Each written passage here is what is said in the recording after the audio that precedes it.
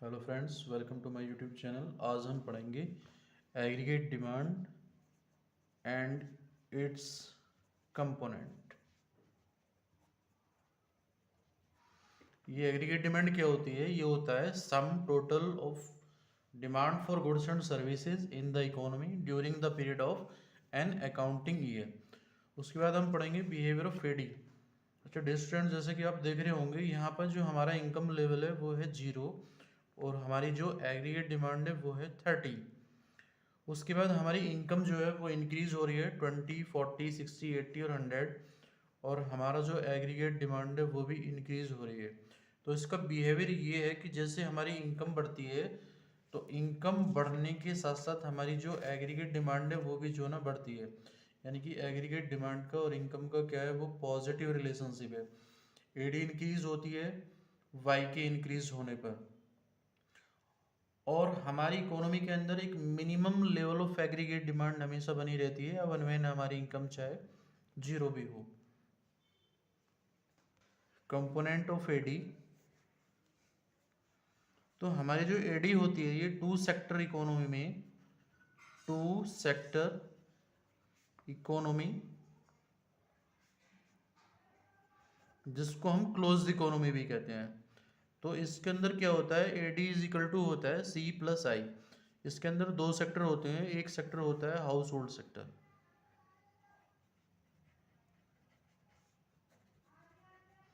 और दूसरा सेक्टर हमारा होता है प्रोड्यूसर सेक्टर।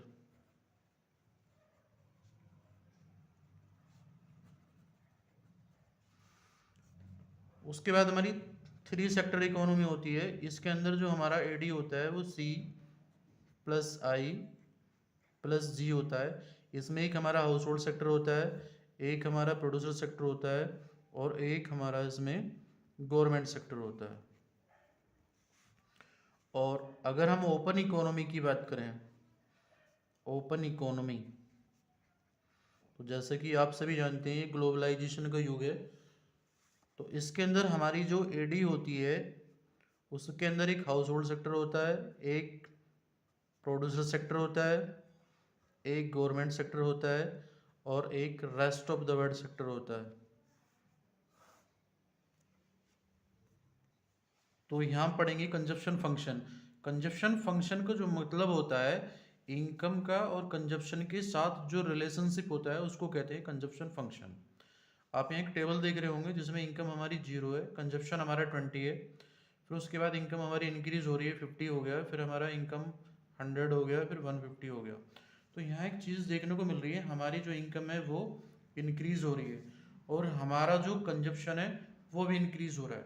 तो यहाँ एक बात निकल के आ रही है कि हमारी इनकम और जो कंजप्शन है वो दोनों इंक्रीज हो रहे हैं। तो कंजप्शन का जो इनकम के साथ है वो एक पॉजिटिव रिलेशनशिप है। When income increase consumption also will increase. तो कंजप्शन जो है वो इनकम के साथ साथ बढ़ता है। और एक सिचुएशन ये है कि हमारी इनकम 0 हो सकती है और हमारा जो कंजप्शन है वो 0 नहीं हो सकता। इसको इकोनॉमिक्स के अंदर ऑटोनॉमस कंजप्शन कहते हैं, ऑटोनॉमस कंजप्शन। उसको डिनोट करते हैं सी बार से। ये मिनिमम लेवल ऑफ कंजप्शन है, चाहे हमारी इनकम हो या ना हो, ये हमारा जो एज इट इज बना रहेगा। इसको ऑटोनॉमस कंजप्शन कहते हैं। अब हमारी जो इनकम है और कंजप्शन है इसका पॉजिटिव रिलेशनशिप है। पॉजिटिव रिलेशनशिप का मतलब है कि हमारी इनकम बढ़ रही है और हमारा कंजप्शन भी बढ़ रहा है। एक चीज़ हमारी यहाँ देखने को मिल रही है। फिर हमारा एक पॉइंट ऐसा होता है कि जहाँ हमारी इनकम और कंजप्शन एक दूसरे के बराबर हो जाते हैं, इसको इकोनॉमिक्स के अंदर ब्रेक इवन पॉइंट कहते हैं।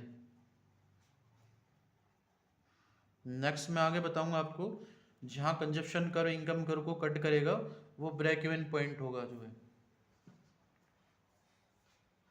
तो यहाँ हमारा जो है ना 20 जो है वो मिनिमम लेवल कंजप्शन है जिसको हम ऑटोनॉमस कंजप्शन कहेंगे। तो स्टूडेंट मैंने एक डायग्राम बनाया है, ये हमारा जो है ये हमारा इनकम कर्व है और ये हमारा कंजप्शन कर्व है।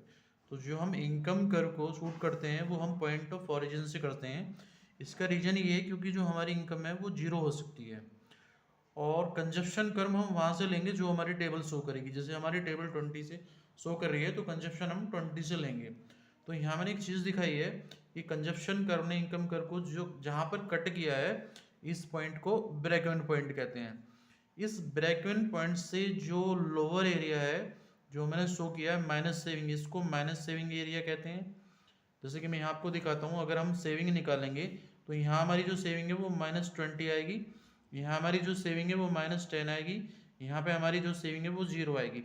अगर हम ब्रेक इवन पॉइंट पर सेविंग फाइंड करेंगे तो यहाँ जो सेविंग की हमारी वैल्यू होगी वो 0 होगी। और ब्रेक इन पॉइंट से अबव वाला जो एरिया है ये आप देख रहे होंगे, ये प्लस सेविंग का एरिया है, यहाँ पे हमारी जो सेविंग आएगी वो +10 आएगी। तो इस तरीके से यहाँ पे तीन चीज़ें हैं, एक तो ऑटोनॉमस कंजप्शन है और एक हमारा ब्रेक इवन पॉइंट है। ब्रेक इवन पॉइंट पर जो हमारी सेविंग की वैल्यू है वो हमारी 0 होगी, और ब्रेक इवन पॉइंट से जो नीचे वाला हमारा एरिया है ये हमारा माइनस सेविंग एरिया होता है, और इससे ऊपर वाला जो एरिया है ये हमारा प्लस सेविंग वाला एरिया होता है। एपीसी मतलब एवरेज प्रोपेंसिटी टू कंज्यूम। ये APC इज इक्वल टू होता है C/Y। इसका मतलब है टोटल कंजप्शन और Y का मतलब है टोटल इनकम। यानी कि हम टोटल कंजप्शन को अगर टोटल इनकम से डिवाइड कर दें तो हमारा निकल के आ जाएगा APC। तो हम इसको लिख सकते हैं, it is the ratio of total consumption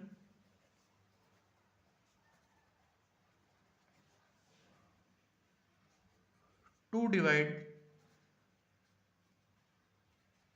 total income.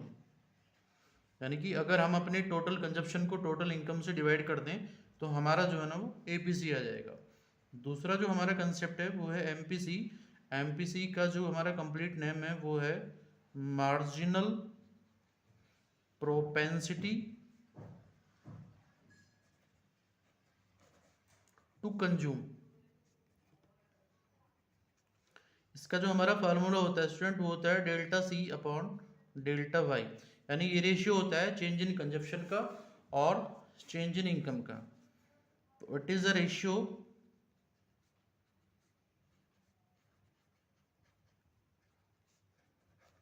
Of change in consumption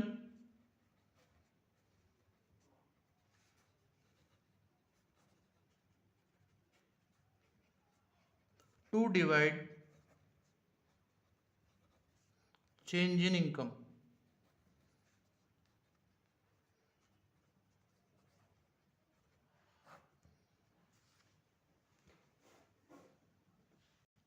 next concept है हमारा APS, जिसको हम कहते हैं एवरेज प्रोपेंसिटी टू कंज्यूम।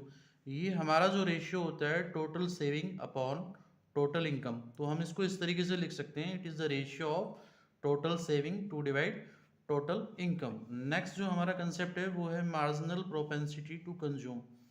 तो इसका जो हमारा फार्मूला होता है वो होता है ΔS/ΔY। इसको हम इस तरीके से लिख सकते हैं, it is the ratio of change in saving to divide change in income. Next हमारा एक फार्मूला होता है APC plus APS is equal to 1। यानी कि इन दोनों APC और APS की वैल्यू जो होती है वो हमारी 1 के बराबर होती है। APC इज इक्वल टू क्या होता है, C/Y होता है, और APS इज इक्वल टू होता है S/Y। तो हम इसमें क्या करेंगे, y दोनों में से एलसीएम लेंगे तो ऊपर हो जाएगा C+S। और हमें बहुत अच्छे से पता है कि जो हमारा इनकम है वो C+S के बराबर होता है। इनकम से हम दो ही वर्क करते हैं, या तो कंजप्शन करते हैं और या हम सेविंग करते हैं। तो C+S की जगह हम जो है y इज इक्वल टू हमारा C+S होता है, तो C+S की जगह हम y पुट कर लेंगे, तो y/y तो हमारा ये कितना आ जाएगा, 1 आ जाएगा। तो इस तरीके से हमारा जो न्यूमेरिकल जो हम निकालेंगे तो हमारी APC और APS की वैल्यू जो है वो 1 के बराबर आएगी।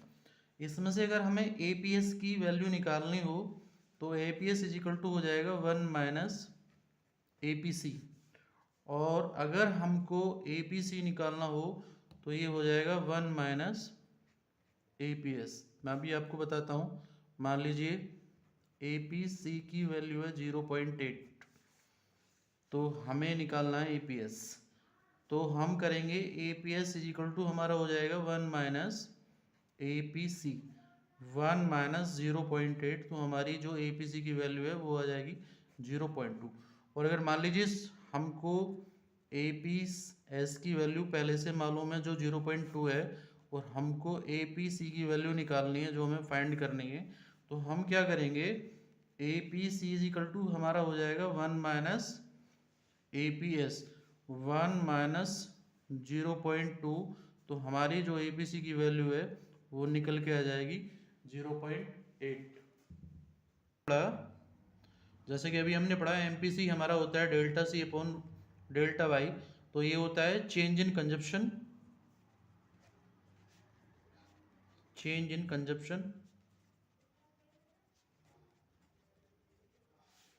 To divide change in income.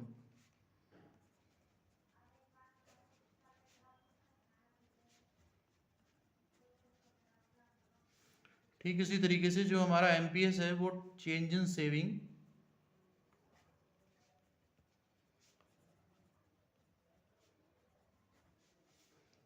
To divide change in income.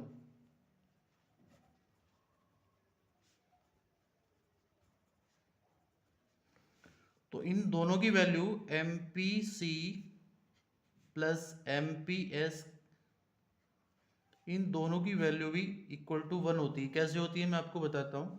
ये होता है हमारा delta C upon delta Y, और ये होता है हमारा delta S upon delta Y.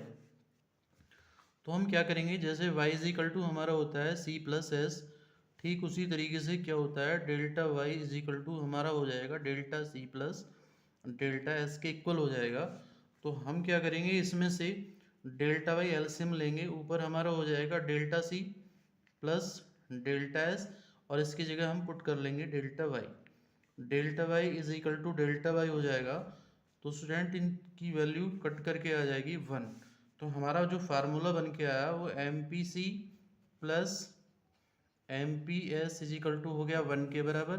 अगर हमको अब MPC की वैल्यू चाहिए तो ये हो जाएगा 1 माइनस MPS, और अगर हमको MPS की वैल्यू चाहिए तो ये हो जाएगा 1 माइनस MPC। मैं भी आपको बताता हूँ। मान लीजिए सपोज करो MPS की वैल्यू है 0.2 के बराबर, और हमको वैल्यू फाइंड करनी है MPC की। तो अभी हम निकालते हैं, तो हम इस तरीके से निकालेंगे MPC इज इक्वल टू हो जाएगा 1 माइनस 0.2, तो हमारी जो वैल्यू आएगी निकल के वो आएगी 0.8।